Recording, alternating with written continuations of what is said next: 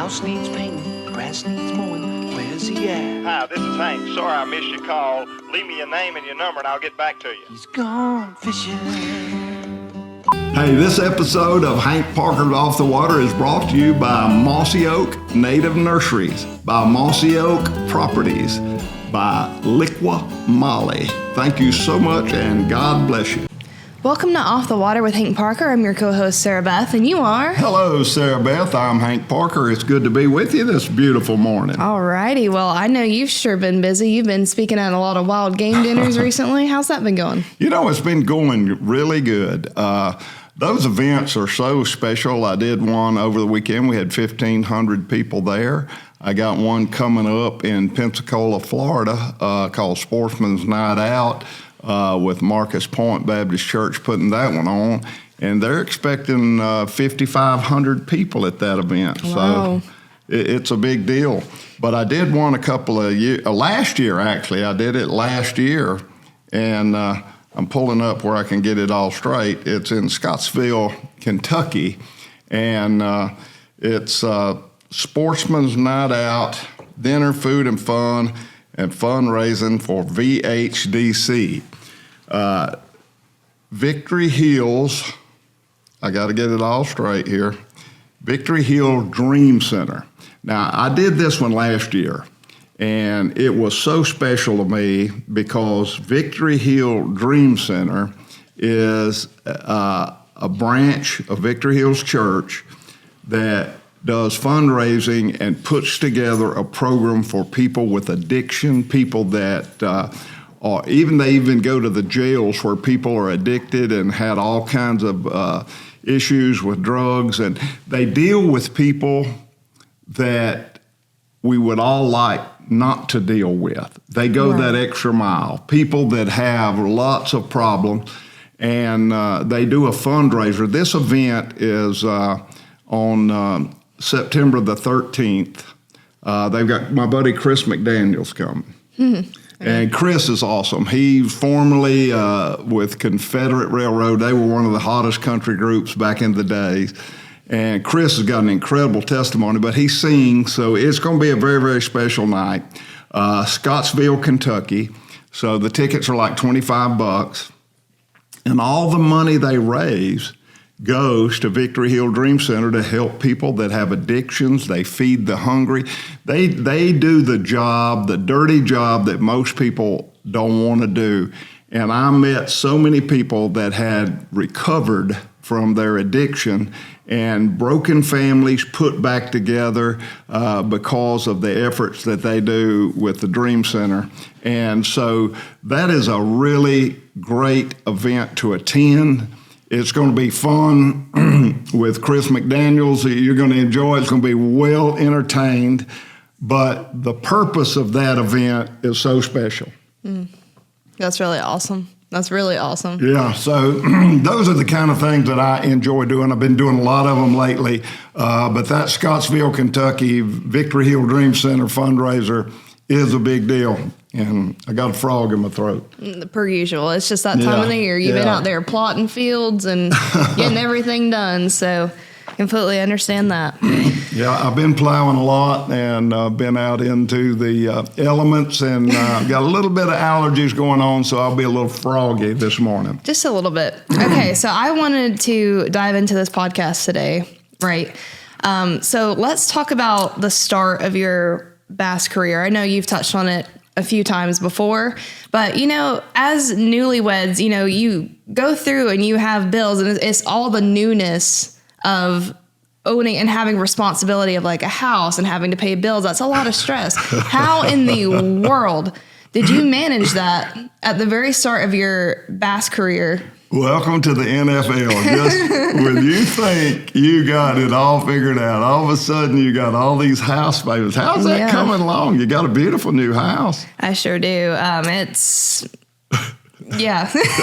It's really not that bad. I just think once you trust, you got to put your trust in God. That has to be first and foremost, because if you're trying to do it of your own fruition, it's going to go downhill and you cannot keep it straight. I can tell you that. So you got power bills for the first time. That is got, true. Yeah, you got all your regular car payments and everything. Now you got house payments. Just life in general, But how in the world did you hold all that down in the very beginning? Especially, you said you were kind of just taking out banknotes and stuff. Where you were with your ex-wife at that point, weren't you? I was, and it was all a struggle, but it was a good struggle. It was not the smartest thing, maybe to borrow money to go start fishing on the bass circuit. I borrowed $10,000 on a 90-day note. I had a buddy, a guy that I had worked with. He loaned me money to buy a lawnmower years ago, so he believed that I would be honest and pay this money back. So I would have never justified, in today's world, going to the bank. I had no collateral, just my word, and I borrowed $10,000. The guy's name was Steve Sims, and he ran the Northwestern Bank in the little town of Maiden, North Carolina, where I live. He loaned me the money, and I started fishing on the tournament circuit.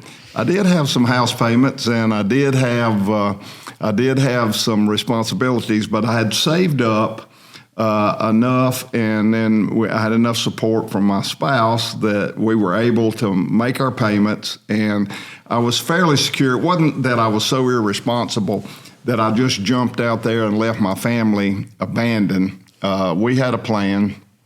Wasn't a great plan, but it was a plan to make it. We weren't going to starve to death or have to move under a bridge. And I was going to give it a year. That was my deal. I was going to go out there and I was going to give it a year.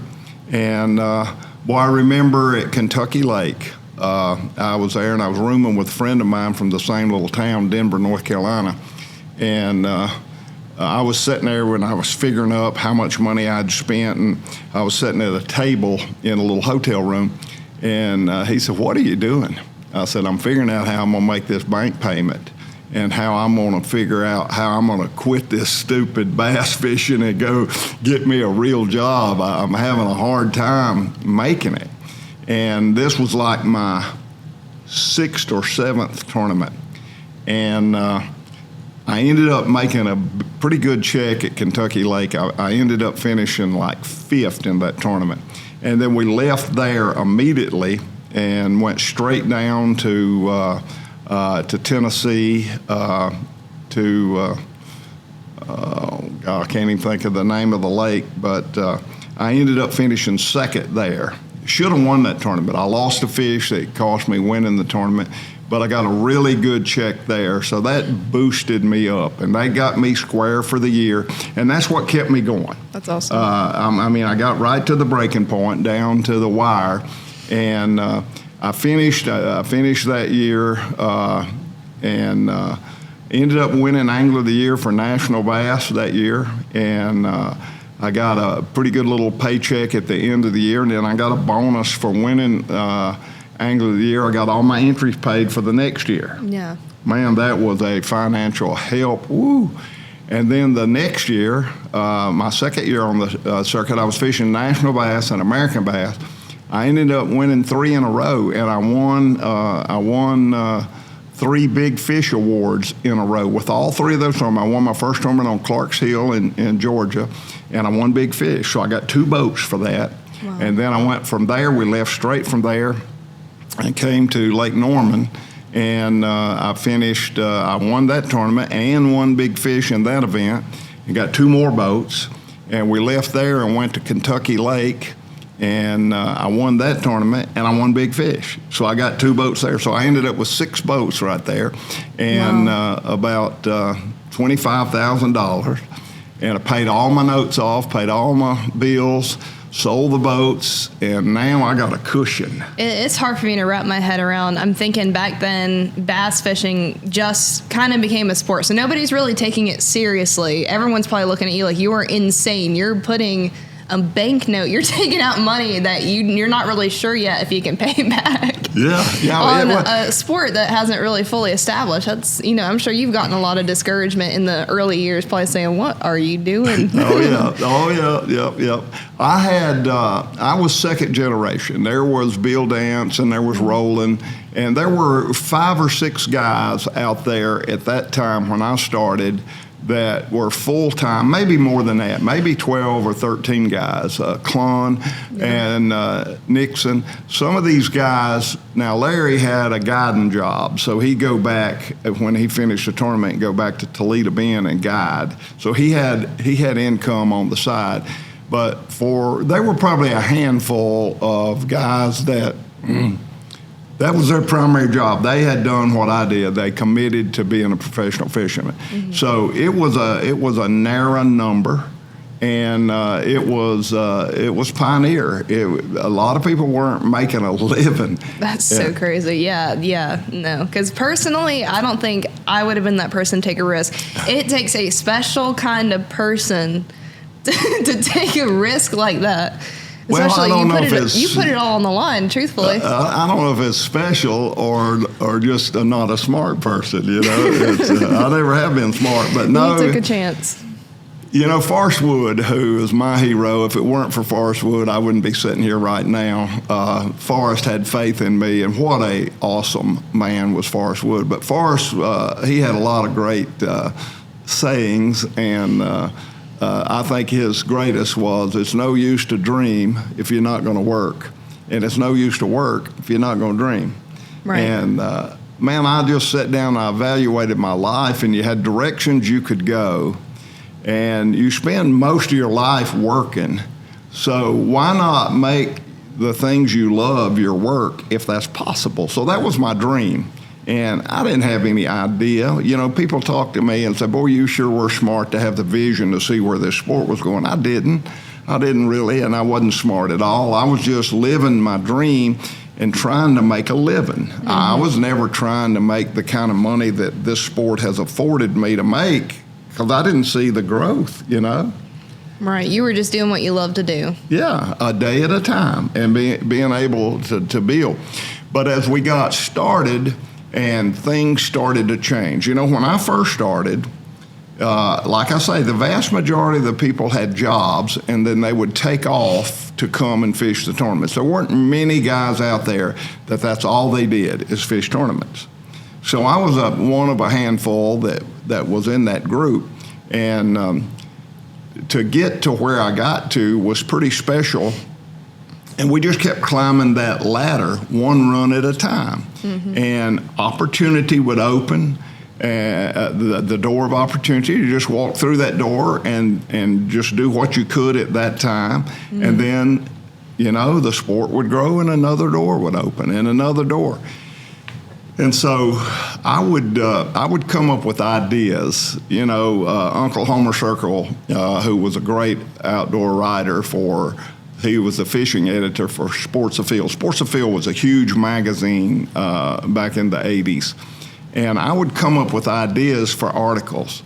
So I would call Uncle Homer and say, "Hey, Uncle Homer, it's a lot different. I live on Lake Wiley. It's a lot different fishing on Friday than it is on Saturday. Or it's through the week, they generate power, they run water, fish are more aggressive, less fishing pressure.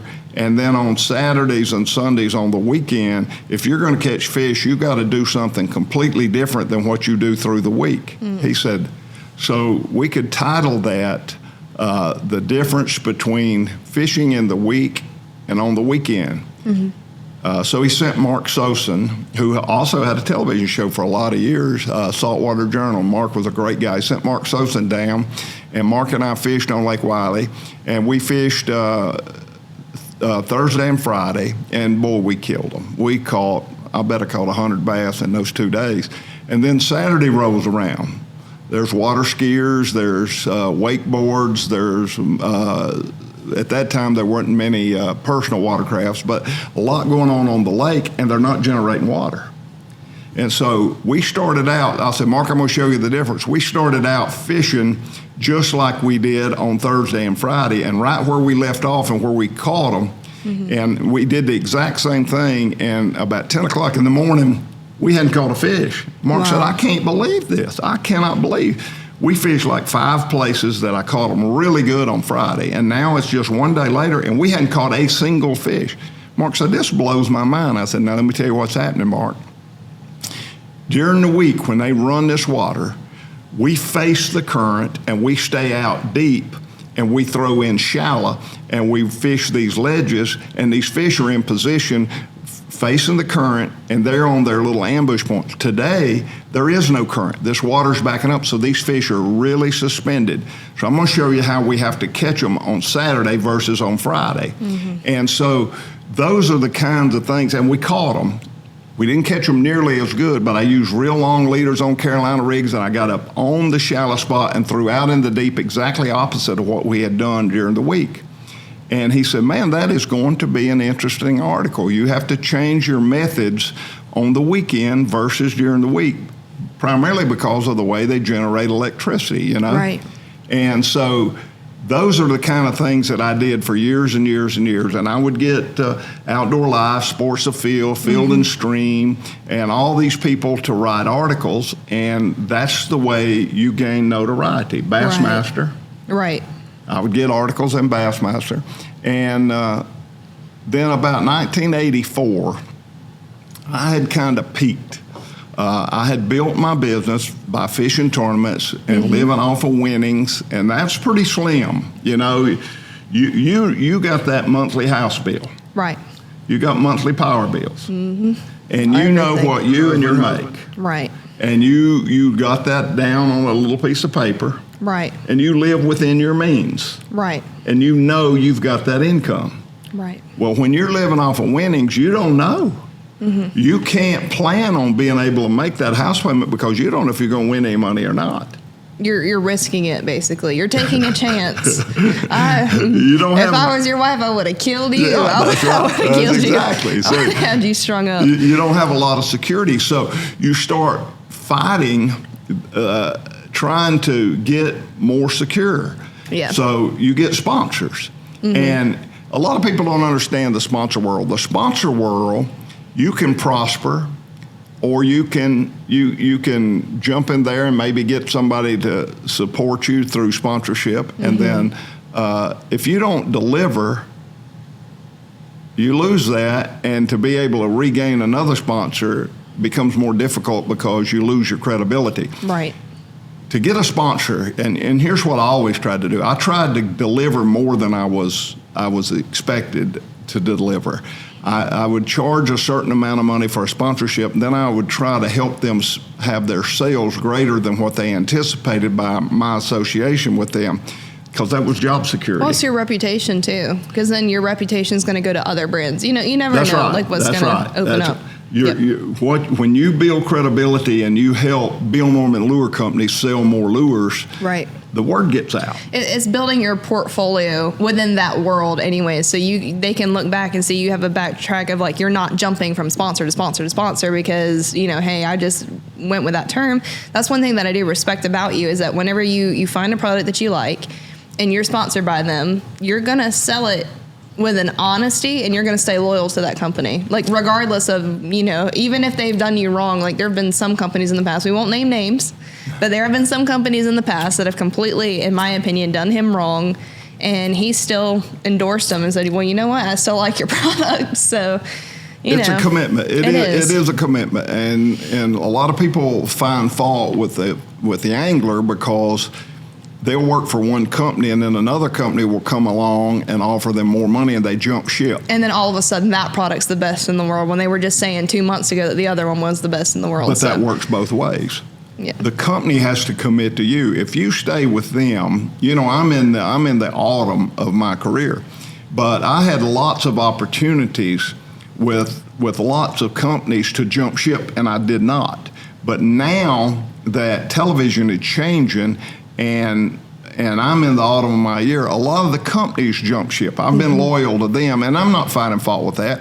Right. But it is a commitment that should work both ways. And if you give, but to go back to explain sponsorship, because I have so many high school kids asking me how to get a sponsor. The way sponsorship works, if you get your name recognizable, if you have credibility, and I tell people this, you can win every bass tournament in the world and everybody in the world can know you, but if you can't help that company that pays you money sell more product, then you're a liability to that company. You got to be able to help drive sales to justify what they're paying you. Right. So you got to get yourself in a position that you have notoriety. Number two, you have to have credibility.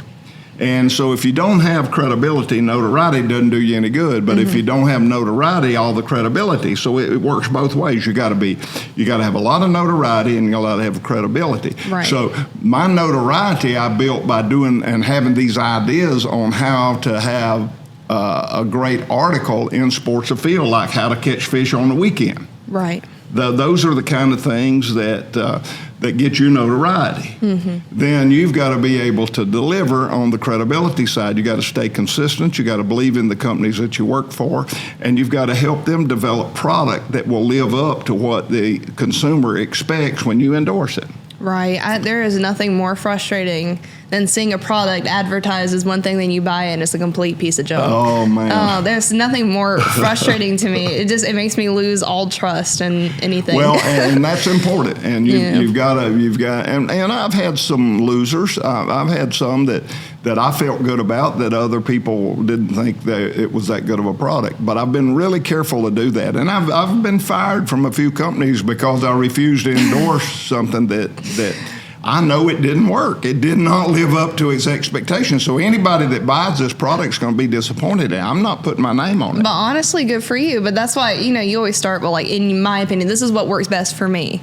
Whenever you use a product, if you like it, you might fish completely different than average Joe somewhere else. So it's like, some product that might be the best for you won't be the best for everybody else. But you can't overstate what the consumer should expect. You can't overstate about a rod or reel or lure. You can't overstate things. And today, everybody embellishes to the point that they make it sound so incredible that you're almost automatically going to be disappointed because it can't live up to its reputation.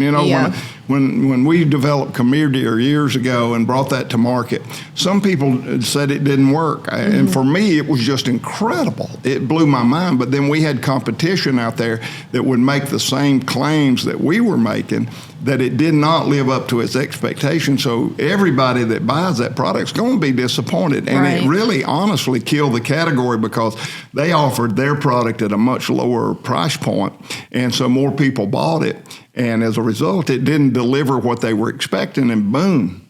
And now that company is pretty much out of business. All the people that were making those claims, they're gone. They're no longer a part of the industry. So it's funny how that works. And it's happened in the fishing world a lot. But the whole deal was I got to that point in 1984, and I felt like I could not go any further. I had all these sponsors. Yeah. And they had high expectations. And I had delivered for them for all these years, and I met what they expected. And now I realize I'm at a crossroads in my life, in my career, that I'm not going to be able to generate the kind of newspaper articles, the magazine articles. I've kind of ran through that. And so how am I going to go forward? Right. So in order for me to prosper and to be able to deliver what my sponsors that I had established over the last 8 or 10 years, to get them what they were expecting from me, I had to drive my own bus.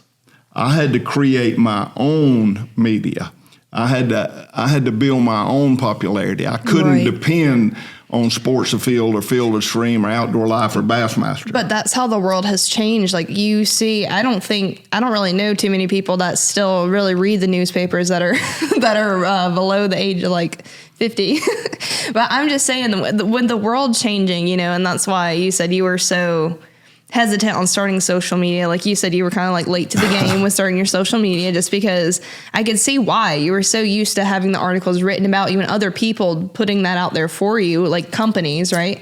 But now as things have changed, people have their own accounts and people do their own content, and, people want to see personal. And I think that's kind of how we've changed. I think humility is a great place to be. And when I first started looking at social media, everybody's bragging on themselves. Right. I hate that. I don't feel comfortable talking about how smart I am, how great I am, how accomplished I am, how I can fish, how I know how to hunt. That I don't like that at all. So I've tried to do things different in social media. And the one thing that I find, the more controversial you are, The more popular.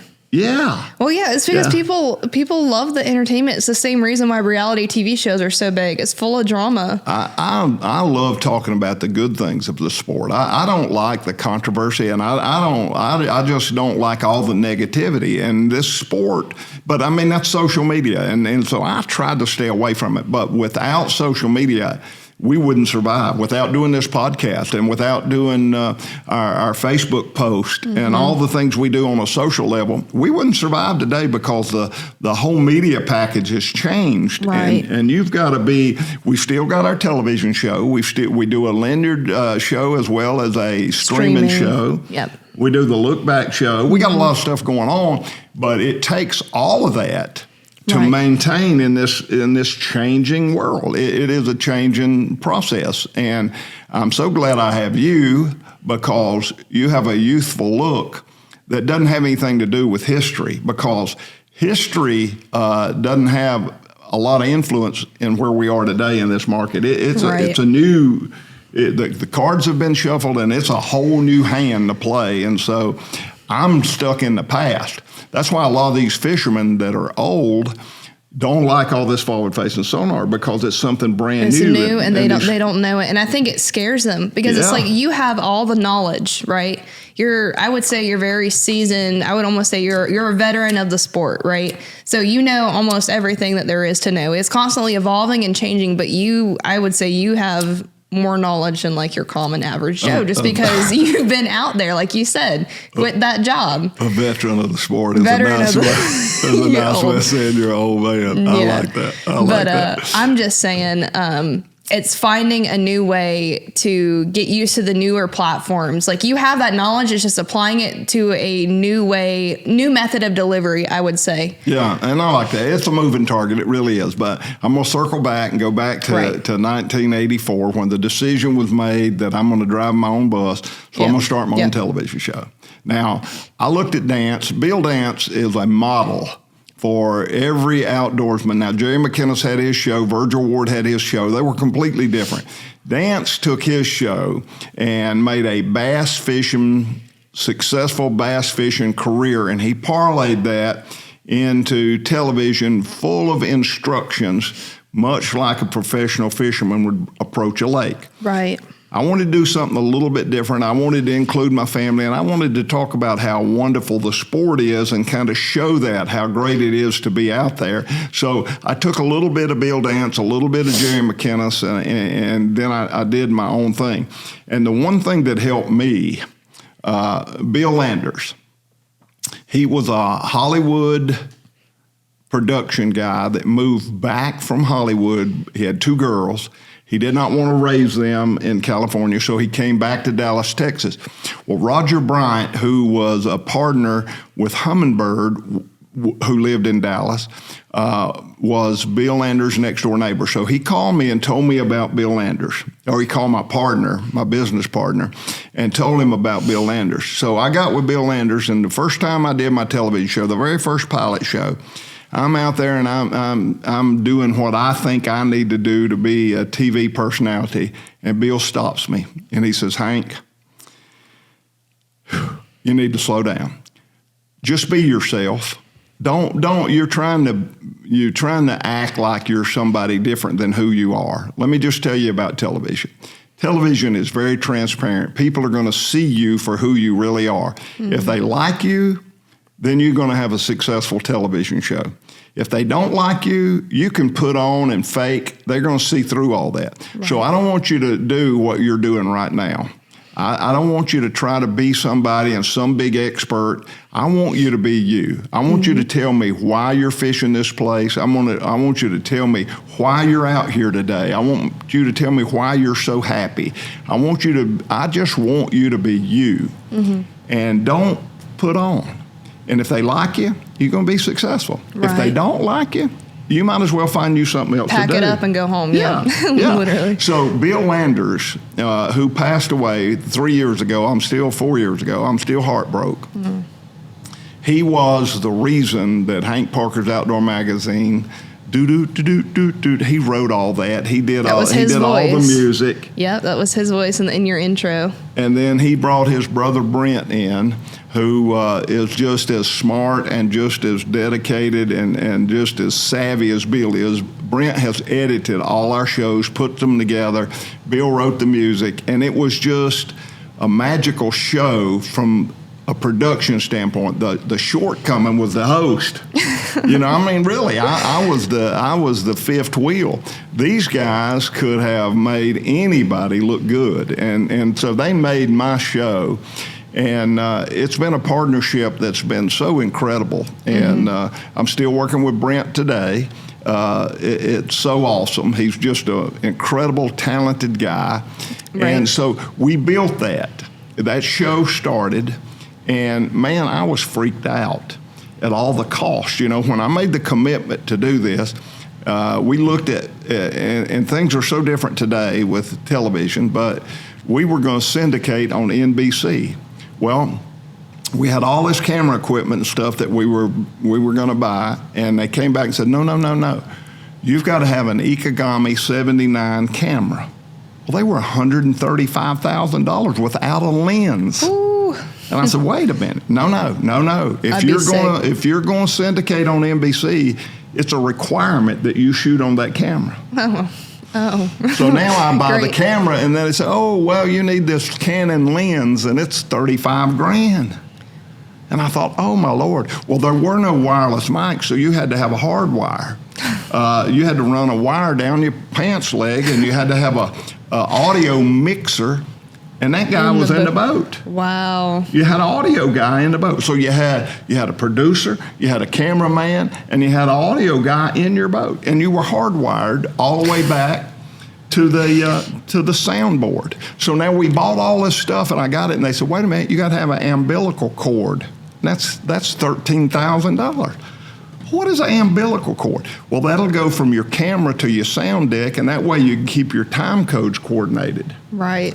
And I mean, so by the time I got through with all this stuff and syndicating on NBC, I was committed to $500,000. I had zero income, none. So that was actually a bigger quantum risk and leap than borrowing $10,000 and starting to fish. Right, and you better hope you don't fall in the water off that boat. That's a lot of equipment around water. Oh, my goodness. But, hey, think about this now. I've committed to $500,000 in 1984. I don't have $500,000.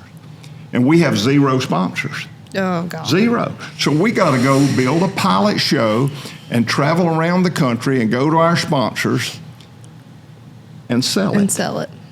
Let me tell you, I've said this before. If it weren't for Forrest Wood, I wouldn't be here. If it weren't for Tom Bedell with Berkeley, I wouldn't have been here. I go to Forrest, and Forrest said, Hank, I don't need to see the pilot. I'll be glad to look at it, but I don't need to see it. Hank, I believe in you. No. And if you tell me you're going to make this happen, I know you. You will make it happen. See, now, that's a true partnership. Yeah, That and is we true. never signed a contract. Forrest Wood never signed a contract. We never had a contract until he sold Ranger Boat Company down the line. We did it on a handshake. Forrest said, I'll do this. I expect you to do this. Yes, sir. Handshake. People don't do that no more. No. He was one of a kind. I go to Tom Bedell. Now, we did have a contract, but I go to Tom Bedell, and he said the same thing. Hank, I have worked with you for 7 years. If you say you're going to do something, you're going to do it. I'm in. Man, it was a lot of money. I mean, Right. I'm asking these guys for $135,000 in 1984. Yeah. That is a lot of money, and they committed to do that. So I had like 6 sponsors that had made the commitment. So now I'm covered on my expense. I'm not going to lose money. I'm not going to make money, but I'm Right, not going but to you're lose not money. gonna lose it. Well, right at the 11th hour, Ford Motor Company came in. AC Delco came in. Boom, boom, boom. All of a sudden, the very first year that we did Hank Parker's Outdoor Magazine that hit the air in 1985, we made a profit. Incredible. I mean, Yeah. almost unheard Pulled of it that off. you could take a business venture and spend that kind of money and turn around and make a profit off of it. Well, then it started to grow. Boy, I mean, things got good.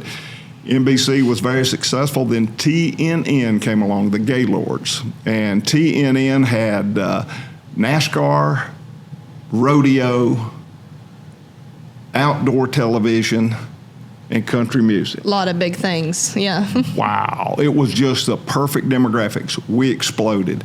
That was the glory years of my career. The opportunity that came through. The Gaylords were very fair people. And Terry London was the president over there. David Hall. Terry London was the CEO. David Hall was the president. Very fair people to deal with. It was so awesome. That is awesome.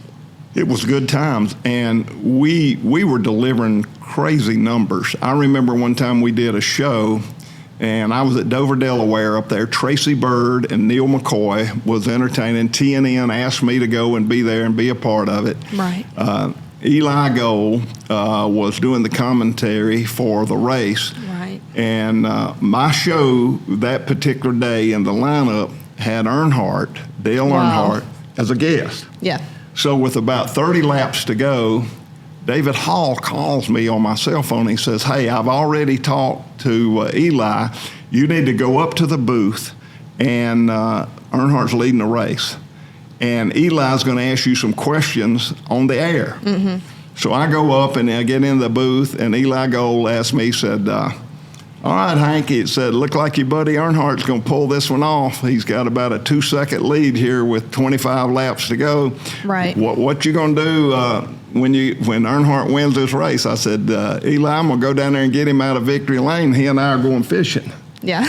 He said, "Y'all going fishing?" And then he said, "Hey, folks, stay tuned after the race. It's going to be Hank Parker and Dale Earnhardt are going to Or go fishing." I actually just posted that throwback video a couple weeks ago. It was really cool to watch. So I saw that scene, exactly what you're talking about. Well, that's probably the highest rated fishing show in the history of the world for really that cool. reason, because Yeah. Eli pumped it up.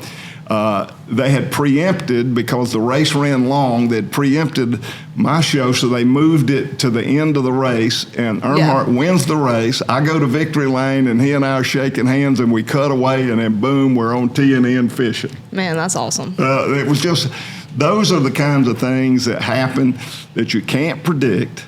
You just have to walk through that door when it's open, and there's no doubt in my mind that God provided and blessed me beyond what I ever deserved, and it was just a leap of faith that God really led things to happen in my life that Right. I didn't deserve. And so people say, "Boy, you were smart to see this coming." I didn't see any of that coming. Man, Right. I just jumped into it because I didn't have a lot of options. I didn't have an education. And I didn't have a lot of options in my life, but I did take advantage of what opportunities came my way. And I did, like Forrest said, it's no use to dream if you're not going to work. Right. And I worked hard. I really did work hard at it. I put my heart in it. And I also made commitments to these sponsors. When we got really big during the TNN days, Campbell Ewald Advertising Agent, who represented AC Delco, General Motors in general, they wanted to buy all my airtime. And they would have paid me a lot more than Ranger was paying. They would pay me a lot more than Mercury was paying. They'd pay me a lot more than Berkeley was paying me. And I wouldn't do that. I wouldn't do that. We held our pricing based on our expenses. And we never took advantage of the opportunity. Television works off a cost per thousand, CPM. Right. We didn't take advantage of that. We stayed with, okay, we're going to spend $1 million, therefore we're going to sell our ads for $150,000, and we're going to sell 10 of them. So if we do that, we'll make a $500,000 profit, which was huge money to me. But we could have made twice that if we would have sold off the CPMs and just sold out to non-addendum sponsors, because all the tobacco companies, the Skolls and the Copenhagens, all the beer companies, our demographics were perfect for beer drinkers, Skull Dippers. Your average kind of country boy is what I would say, honestly. A lot of blue collar guys. Yeah, blue collar guys. Our demographics, and for Chevrolet and for AC Delco, our demographics were just perfect. They were adult male between 30 and 50. That was our main demographic, and that's the most sought after demographics for advertising. So we could have really made a lot more money, but we didn't want to do that. Right. I wanted to keep the Berkeleys, and I wanted to keep Ranger and Mercury and Humminbird and Minn Kota and all these people that we had committed to. Right. I wanted to keep them in play. Mm-hmm. And so we didn't make as much money as we could have. But again, that paid dividends on the backside when TNN sold out and things went the other way. So, Right. Yeah. It's all about, for me, my lifetime, I did what I wanted to do. And I lived a dream life. And I had been blessed beyond measure, far more than I ever deserved. Right. And I had more security than I ever dreamt that I would have.